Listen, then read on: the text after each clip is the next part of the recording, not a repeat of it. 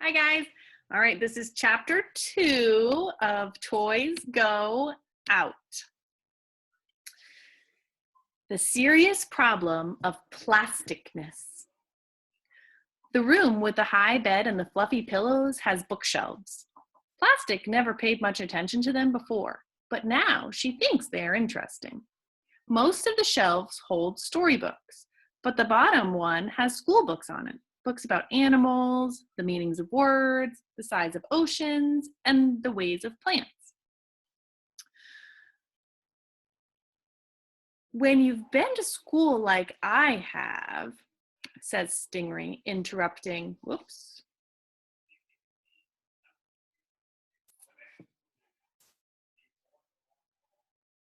Where was I? When you've been to school like I have, says Stingray, interrupting one evening as Plastic is looking curiously at the shelves. When you've gone to show and tell and seen the classroom and all the important things they have in there, then you know that books are a place to find out truths. Truths about what?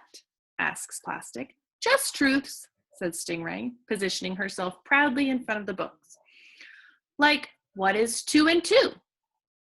4, pipes up Lumpy, who was watching the sunset from the windowsill nearby.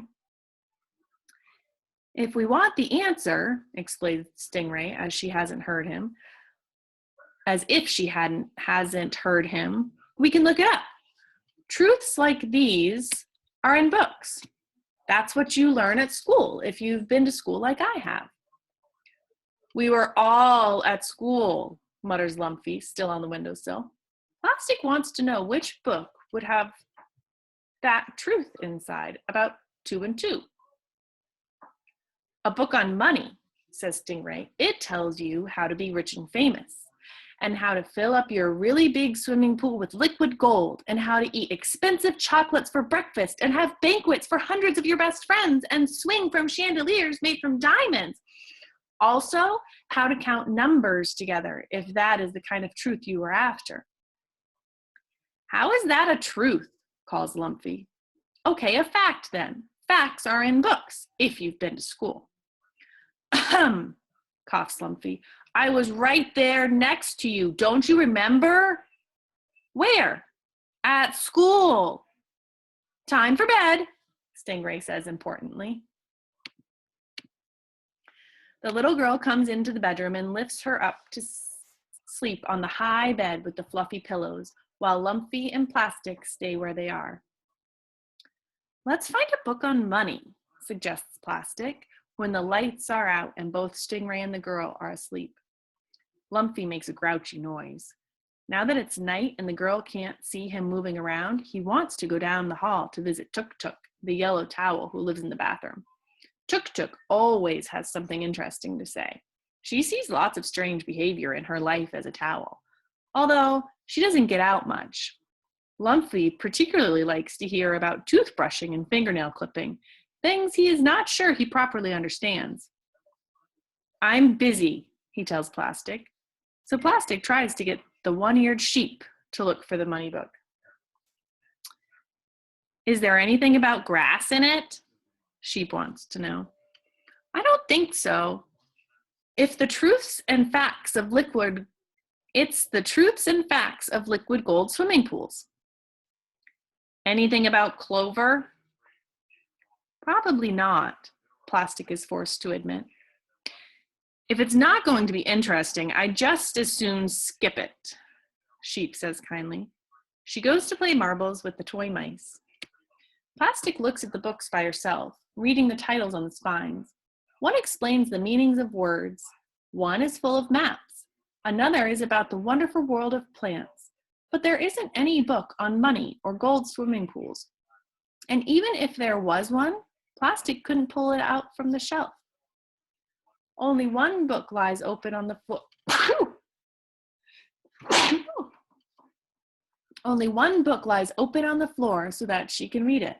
A book about animals, with pictures and details about how they live, what they eat, and where they sleep at night. Plastic finds the part about stingrays. They live in the ocean and flap their flipper wings like birds in the sky. She reads about sheep and how their woolly coats get shorn. She reads about mice, who are part of the rodent family, and she reads a good deal about buffaloes and how they run around in herds. Oh, she realizes, I can read about plastics. But plastics aren't there. She looks again. They still aren't there. Then Plastic goes page by page through the animal book, looking at every picture of every single animal. None of them looks like her. Ladybugs are round and red, but Plastic doesn't have wings like a ladybug. Turtles are round when their legs are inside their shells, but Plastic does not have a hard shell, or any kind of shell at all. Hedgehogs are round when they curl themselves in balls, but Plastic is not spiny like a hedgehog. People say foxes are red, but really they are much more orange. And anyway, Plastic knows she is not a fox. She is not sure she even has a nose. Where are the plastics? She wonders, and calls the toy mice over to help her pull out the book on the meaning of words. The mice skitter off as soon as they are done, leaving Plastic alone with the book. It is called a dictionary. She finds the P's and reads plastic, a material produced by polymering something or other, a very long word. But where do we live? Wonders Plastic. What do we like to eat? She reads on. Plastic, capable of being shaped or formed, are also artificial. Plastic doesn't know what artificial means, so she looks that up too. Fake, says the dictionary, not natural. Artificial doesn't sound nice at all. Plastic scoots under the high bed and doesn't come out for several hours. When he gets back from visiting Tuk Tuk the towel, Lumpy finds Plastic and crawls under the bed next to her. Did you know the little girl puts a piece of waxy string in between her teeth every night before bed? He asks. It's called dental floss. No, Plastic didn't know. I wouldn't want string between my teeth, says Lumpy. Plastic is not sure she even has teeth. Especially not with wax. Maybe it feels nice, suggests Plastic. You never know until you try. I know without trying. Could it be a cleaning thing, since she does it in the bathroom? Nah, said Lumpy. What could you clean with a piece of string? Plastic doesn't know. All this cleaning, I don't see what it's about anyway, Lumpy adds. Plastic tells Lumpy about the dictionary and how it says that plastics are artificial. Lumpy scratches his ear and turns around 3 times in the spot where he plans to sleep. You don't say what you really think, he says finally. You pretend everything's all right when it isn't.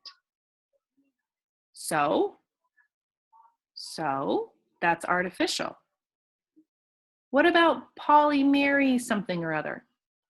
Lumpy curls himself into a ball. It's too late to discuss big words. He closes his eyes. Plastic is the tiniest bit angry. Real buffaloes are interested in other people's problems, she says. Real buffaloes don't sleep when someone is talking to them. I read it in a book. Lumpy lifts his head. His face looks nervous. What do you mean, real buffaloes? Suddenly, Plastic feels like she isn't being very nice. And whatever plastics are, she wants to be a good one. Nothing, she answers. Never mind. I need to know the truth about plastics, Plastic confesses to Stingray the next morning, as they are sunning themselves in a square of light on the shaggy rug. I can't find it in a book. What do you need to know? Asks Stingray kindly. I'm sure I can answer. Their natural habitat, says Plastic, and what they eat, and whether they are birds or fish or mammals. Mammals, definitely, answers Stingray, who doesn't actually know.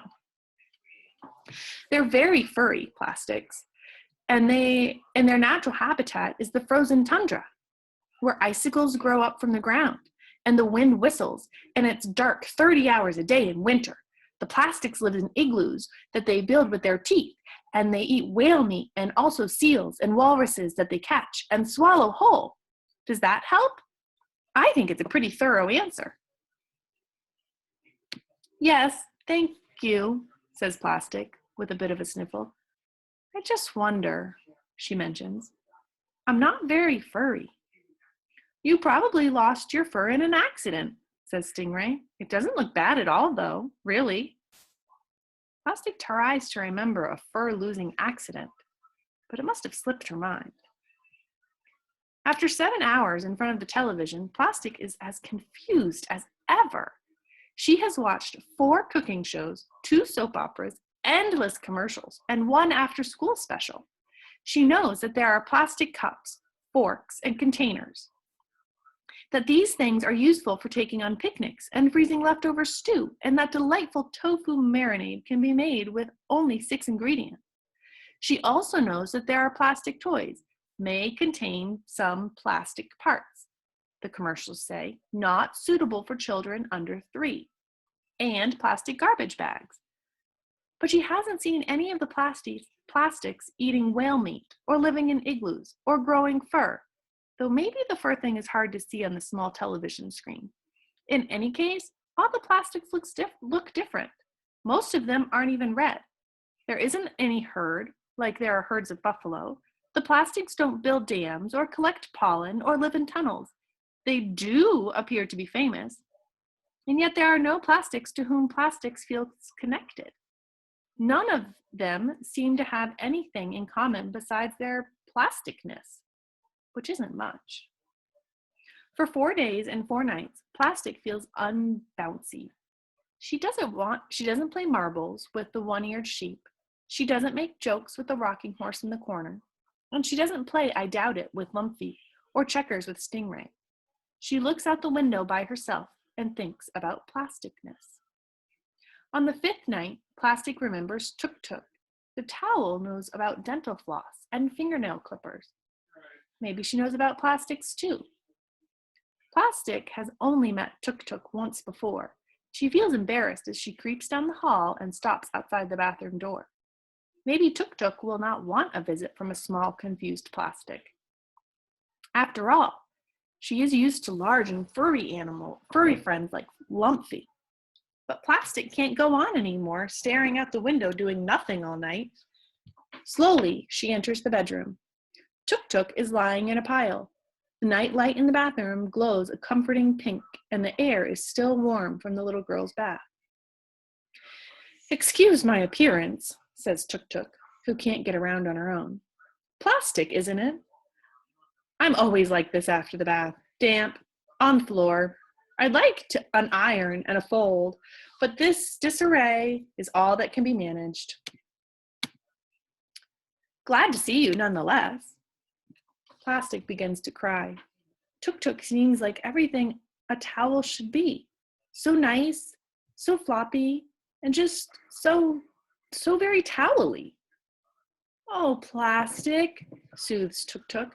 There. Come wipe yourself on my corner. I don't mind. Plastic has a good long cry and feels a little bit better. I'm a rotten Plastic, she sniffs to Tuk Tuk. I've lost my fur. I don't know my habitat or my eating habits or whether I build a nest or run in a herd. I'm not even sure what plastics are anyway. A big tear rolls onto the bathroom tile, and she begins mumbling about fake, artificial, and polymary something or other. Oh, my dear, comforts Tuk Tuk. You're upset about nothing. It's not nothing. It's plasticness. Listen, I have something to tell you. You do? It's important. Are you ready? Plastic thinks she is. You are not a plastic. I'm not? Plastic isn't sure if she's happy or Plastic is just your name, says Tuk Tuk. It's obvious to anyone who knows anything precisely what you are. It is? Of course. You are a rubber ball. I am? I've seen balls before you. I've seen balls. I'll see balls after you. A ball is what you are, says Tuk Tuk. Tell me, do you bounce? Yes, cries Plastic. I do. And she bounces once very high for show. And do you roll? Yes. Plastic rolls around the bathroom until she crashes into the base of the toilet. And have you got front legs and back legs? Not exactly, says Plastic, who most certainly doesn't have any. And no fur whatsoever. No, that's normal for a ball, you know. What about how I don't have very much nose? You mean you don't have any nose? Yeah, says Plastic. That's normal too, explains Tuk Tuk. Plastic feels relieved. I have been around a long time, says Tuk Tuk, and I have never seen a ball with fur or legs or a nose. You're a ball, Plastic, says the towel, wrapping her terry cloth corners around her friend. Don't let anyone tell you different. I'm a ball, cries Plastic. A ball, ball, ball. Suddenly she feels bouncy again. Really, really bouncy. She jumps in the tub and rolls around super fast. She bounces herself so high she hits the ceiling. A ball! Enough now. I need a rest, says Tuk Tuk. All right. Plastic stops bouncing for a second and gives the towel a kiss. Then she goes rolling, bouncing, rolling, bouncing, bounce, bounce, bouncing down the hall to the bedroom. All right, that's the end of chapter 2. We'll see you next time, guys.